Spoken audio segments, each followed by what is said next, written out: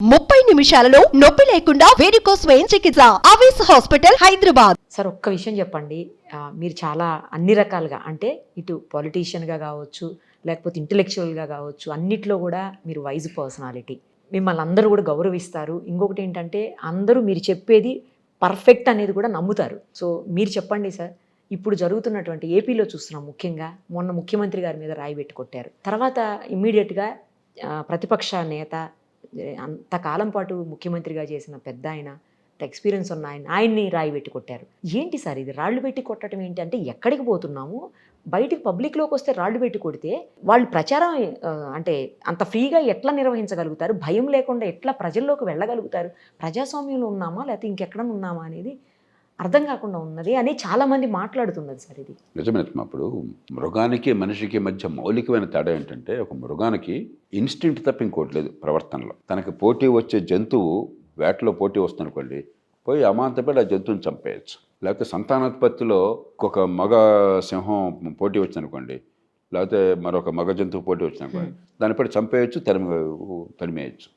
హింస సహజం అయిపోయింది, అది ఇన్స్టింక్ట్ వల్ల తప్ప. మానవ సమాజంలో సమూలంగా మార్పు వచ్చింది. మేధస్సు ఆధారంగా ఎప్పుడైతే మనం పనులు చేయడం మొదలెట్టామో, సమిష్టిగా పనులు చేసే అవకాశం ఎప్పుడైతే వచ్చిందో, మన మధ్య విభేదాలు ఉన్నా కూడా హింస లేకుండా శాంతియుతంగా పరిష్కారం చేసుకోవడమే మానవ సమాజం కొన్న ప్రత్యేక లక్షణం. మనం ప్రతిదానికి ఇక్కడి దాకా వెళ్ళక్కర్లా. మన రోడ్డు మీద వెళుతున్నారు మీరు, ట్రాఫిక్ పొరపాటున ఎవరిది ఈ వాహనం ఆ వాహనం కొంచెం టచ్ అయింది, అంతకంటే ఏం కాకపోవచ్చు, జస్ట్ టచ్ అయ్యి ఉండొచ్చు. తప్పు ఎవరిదైనా ఉండొచ్చు.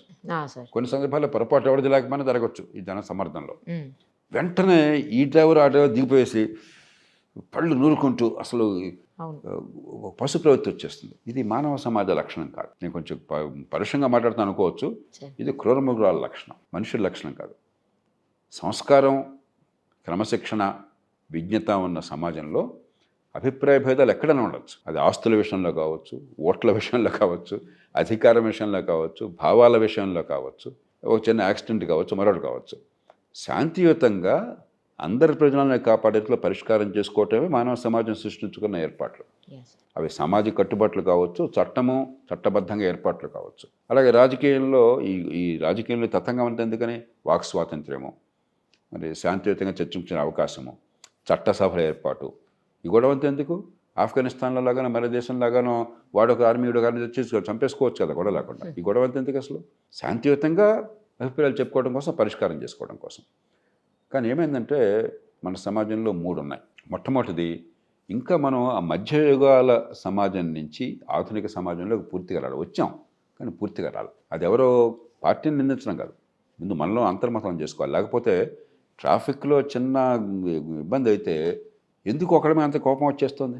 ఎందుకు కొంచెం చిన్నతో పరిష్కారం చేసుకోలేకపోతున్నాం? ఇప్పుడు ఇదే కాస్త నాగరికత, ఆధునిక యుగంలో నాగరికత మనతో పోలిస్తూ ఉన్న దేశాల్లో చూస్తే యాక్సిడెంట్ అయినా కూడా వాళ్ళు కొట్టుకోరు, కలబడరు. పోలీసు వచ్చేదాకా వెయిట్ చేస్తారు. ఇది సీరియస్ యాక్సిడెంట్ అయితే. మైనర్ అనుకోండి, ఫోన్ నెంబర్లు ఎక్స్చేంజ్ చేసుకుంటారు, కార్ నెంబర్ ఎట్లా తీసుకుంటారు, ఇన్సూరెన్స్కి ఫైల్ చేసుకోమంటారు. అంచేత దీనిలో పెద్ద తగదాకే అవకాశం లేదు.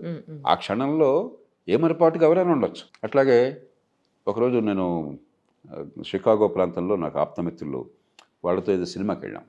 అర్ధరాత్రి తిరిగి వస్తుంటే అక్కడ ట్రాఫిక్ ఏమీ లేదు, కానీ ఒక సైన్ ఉంది, పక్కన స్కూల్ ఉంది, స్టాప్ అండ్ గో అని ఉంది ఒక సైన్. అర్ధరాత్రి, ఒక్క వాహనం లేదు, ఒక్క మనిషి లేడు. నా స్నేహితుడు కారు నడుపుతున్నవాడు అక్కడ ఆపేసి మళ్ళీ ఒక 2 సెకండ్ల తర్వాత మళ్ళీ బయలుదేరాడు. ఎవరు లేరు కదా ఈశ్వర్ అన్నాను. ఇది రూల్ అంతే చెప్పి, ఇక్కడ స్కూల్ డిస్ట్రిక్ట్ హ్యాబిట్ అది ఆపేయాల్సిందంట. అర్ధరాత్రి అయినా కావచ్చు, ట్రాఫిక్ ఉండొచ్చు, లేకపోవచ్చు అని చెప్పాను. అంటే ఏమిటది? ఈ నిబంధన ఎందుకు ఉంది? మన సౌలభ్యం కోసం. దాన్ని మనం అలవోకగా కొట్టేట్టు మొదలెడితే రేపొద్దున ప్రమాదం జరుగుతుంది ఎప్పుడొకప్పుడు, లేదా ఇంకొకళ్ళు కూడా అదే చేయొచ్చు ఎప్పుడొకప్పుడు.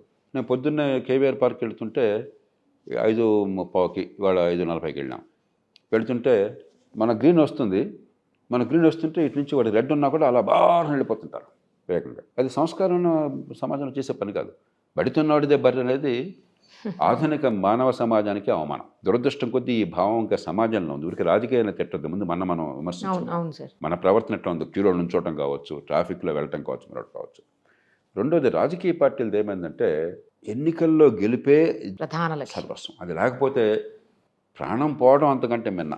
దుర్యోధన డైలాగులు చెప్తుంటాడు, నాకు అవమానం జరిగిపోయింది, ప్రాణం పోయినా పర్లేదని చెప్పిన వాడు చివరికి మయసభలో అవమానం జరిగింది చెప్పిన ఆత్మహత్య చేసుకోవడానికి సిద్ధపడ్డాడని చెప్తారు భారతంలో. ఆ రకమైంది ఒక అహంకారపూరితమైనటువంటి మధ్యయుగాల ఫ్యూడల్ ఆలోచన. అధికారమే పరమావధి, అధికారం లేకపోతే చావైనా సరే. అధికారం ఎందుకురా? జనం కోసం కాదు, నా పెత్తనం కోసం, నా అహంకారం కోసం.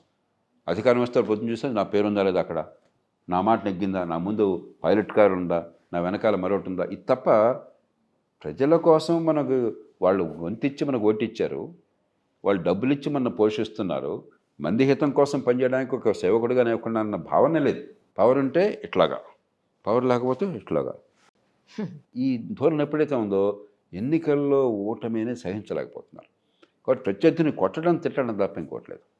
మూడవది, దీనికి అనుబంధంగా ఎజెండా మీకు లేనప్పుడు, ప్రజలకి నచ్చ చెప్పే ఎజెండా మీ దగ్గర లేనప్పుడు, ఆ పసలేనప్పుడు, కేవలం అధికార క్రీడ మాత్రం అయినప్పుడు సోకాల్డ్ నాయకులు వాళ్ళ అనుచరులు కూడా వాడు ఇటు వెళ్తాడు అటు వెళ్తాడు, ఈ సిద్ధాంతం ఏంటి ఆ సిద్ధాంతం ఏంటి దేవుడు నాకు అనవసరం, ఏదన్నా ఒకటి ఎక్కడ ఛాన్స్ ఉంటే ఇటు వెళ్ళిపోతాను అన్నప్పుడు వాడికి మరి ప్రజలకు చెప్పడానికి వాడి దగ్గర లేదు, పసలేదు. ప్రజల్ని నచ్చ చెప్పడానికి, ప్రజల్ని ఆమోదింప చేయడానికి, ఇదిగో ఈ ఎజెండా కోసం నేను నిలబడుతున్నాను, ఇది మన మంచి కోసం, మీకోసం అని చెప్పని ఇది ఈ కారణంగా నాకు అనిపిస్తుంది, దయచేసి మీరు ఆలోచించి ఓటండి అని చెప్పేది లేనప్పుడు మీ దగ్గర ఉంది ఒక్కటే, కులం, డబ్బు, అహంకారం, హింస. దాన్ని పార్టీల నాయకులు కూడా ప్రేరేపిస్తున్నారు. ఎప్పుడైతే మీలో నచ్చ చెప్పే శక్తి కానీ సమాజం బాగుపడాలన్న అనురక్తి కానీ లేకుండా ఉన్నాయో, అధికార క్రీడగా ఎప్పుడవుతుందో చివరికి బలిపోసనలు ఎవరైనా చేస్తున్నారు, పార్టీ కార్యకర్తలను చేస్తున్నారు. ఈ రాళ్ళు రోవడం కార్యక్రమం, హింస పడవే కార్యక్రమం నాయకుల పిల్లలు ఎవరు దెబ్బతినరు, వాళ్ళెవరు జైళ్ళకి పోరు, రేపొద్దున ఆయన కూడా. ఇలా బలిపరుసలేది సామాన్యులు, రెక్కాడితే డొక్కాడిన వాళ్ళు ఏదో అద్భుతం అనుకుని మా కులమనో, మా వర్గమనో, మా చోటా నాయకుడు అనుచరులవనో ఏదో పిచ్చిగా అనుకుని ఏదో గొప్పగా చేస్తున్నాం అన్న భావంతో వాళ్ళ కుటుంబాలను నాశనం చేసుకుంటున్నారు, వాళ్ళ జీవితాలు కర్పూరహారత అయిపోతున్నాయి, హింసకు పాల్పడి వాడిని హింసించుకుంటున్నారు. కాబట్టి ప్రజాస్వామ్యంలో ఒక దశలో ఉన్న ప్రజాస్వామ్యంలో ఉన్న అపశృతులు ఇవి. కానీ ఖచ్చితంగా ప్రజల్లో ఓటర్లలో చైతన్యం పెరిగిన కొద్దీ ఇది మారుతుందన్న విశ్వాసం నాకున్నది. అసలు ఎట్లా మారుతుంది సార్? ఎందుకంటే మనమేగా, అందరం మనమేగా. అట్లా కాదు నిర్మప్పుడు మనం ఏంటంటే ఇప్పుడు ఈ క్షణం ఎలా ఉందో చూస్తాం. 70 ఏళ్ల క్రితం ఎన్నికలు జరిగినప్పుడు ఈ దేశం అప్పుడు ఎన్నికలు జరిగినాయి కదా, జరిగేది. ఎన్నికలు అంటే ఏం తెలియదు, పొలమంటూ పోయి ఓటేయటం తప్ప అసలు పోటీయే లేదు. లేకపోతే అగ్రకులంలో ఆ ఊళ్ళో పెత్తందారు ఏ రకంగా చెప్తే ఆ రకంగా ఓటేయటం తప్ప ఆలోచన లేదు. కాబట్టి ప్రజాస్వామ్యం ఖచ్చితంగా గతంతో పోలిస్తే పరిణితి పెరుగుతోంది. కాకపోతే అనుకున్నంత పరిణితి పూర్తిగా రాలా. అంతేగాని ప్రజాస్వామ్యం బాగుపడడం లేదు, ప్రజల ఆలోచన పెరగటం లేదు అంటే చెడు మార్గంలో వెళ్తుంది అనేది పెడుతోంది. కానీ ఇప్పుడు నేను చెప్పేది చెడుతో పాటు మంచి కూడా జరుగుతోంది. ఈ మంచి చెడుని మనం నిరోధించగలగాలి. ఎందుకంటే ఆ మాత్రం కూడా ఓటర్లో చైతన్యం లేకపోతే పార్టీలు ప్రభుత్వాలు ఎంత విరవైపోయేవాళ్ళు. ఇవాళ చాలా నమ్రతతో ఉన్నారు, గమనించారు. ప్రజలతో డీల్ చేసినప్పుడు భయంతో, నమ్రతతో, ఎందుకంటే ప్రజలు ఎలా ఓటేస్తారో తెలియదు, వాళ్ళ మనసులో ఏ రకంగా భావం ఉంటుందో తెలియదు, మనం జాగ్రత్తగా ఉండాలని చెప్పిన భావం వచ్చింది. పూర్వం అట్లా ఉండేది కాదు. పూర్వం నాయకత్వానికి ఆ భయం లేదు అసలు. ఓకే. ప్రచారానికి వచ్చినప్పుడు కూడా ఊళ్ళో ఎవరో మూతపరి రైతున్న ఒకటి కలిసేవాడు, పెద్ద మనిషి, ఆయన చెప్పేస్తే అంతా అయిపోయేది. ఇప్పుడు అది ఏమన్నా చూద్దాం, అసాధ్యం. కాబట్టి ప్రజాస్వామ్యంలో పరిణితి పెరుగుతోంది. కాకపోతే మనం కోరినంత వేగంగా ఇంకా రాలేదు, ఇంకా లోపాలు ఉన్నాయి. కాబట్టి ప్రజాస్వామ్యం సజీవంగా ఉన్నంత వరకు, పరిణితి పెరుగుతున్నంత వరకు ఇది మరింత బాగుపడుతుంది. కాకపోతే మరింత వేగంగా బాగుపడాలి, హింసలకు తావు లేకుండా ఉంటే. అందుకని నేను చాలా కాలం నుంచి నాలాంటి వాళ్ళు చేసే వాదన ఏమిటి, ఓటుకి నీ జీవితానికి మధ్య సంబంధం లేకపోతే, అర్థం కాకపోతే ఈ పిచ్చి ఎక్కువ ఉంటుంది. దానికి మార్గం స్థానిక ప్రభుత్వాలు. ఉదాహరణకి మనం ఎప్పుడైతే అధికారాన్ని కేంద్రీకరించామో ఈ సమస్యలు మరింత ఎక్కువ అవుతాయి. అదే స్థానికంగా అనుకోండి, ఈ హింసో, ఈ కులమో, వర్గో పెద్ద పని చేయదు. అరే నాకు మంచినీళ్ళు వచ్చినా లేదా, ఇంటికి పని మాత్రమే, నా రోడ్డు బాగుందా లేదా, అసలు నా పిల్లోడు స్కూల్కి వెళ్తున్నాడా, స్కూల్ బాగుందా లేదా, వీటి చుట్టూ చర్చ జరుగుతుంది. అది దాంతో సంబంధం లేనటువంటిది మరి దేశంలోనూ రాష్ట్రంలోనూ ఈ పార్టీ ఆ పార్టీ, ఈ కులం ఆ కులం జరుగుతున్నప్పుడు ఇక జీవితం మర్చిపోతాం.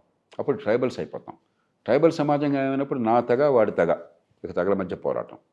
అలా కాకుండా ఇండివిజువేషన్ అంటాం.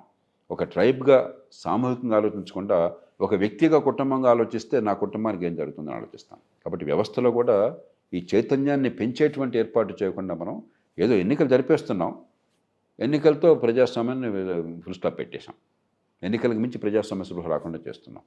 కాబట్టి ఈ వ్యవస్థలో కూడా అధికార వికేంద్రీకరణ ముఖ్యంగా చేపట్టడం అవసరం, బాధ్యతతో కూడిన వికేంద్రీకరణ. Thank you sir, thank you so much. Suman టీవీలో మీ పర్సనల్ అండ్ బిజినెస్ ప్రమోషన్స్ కోసం కింది నెంబర్కి కాంటాక్ట్ చేయండి.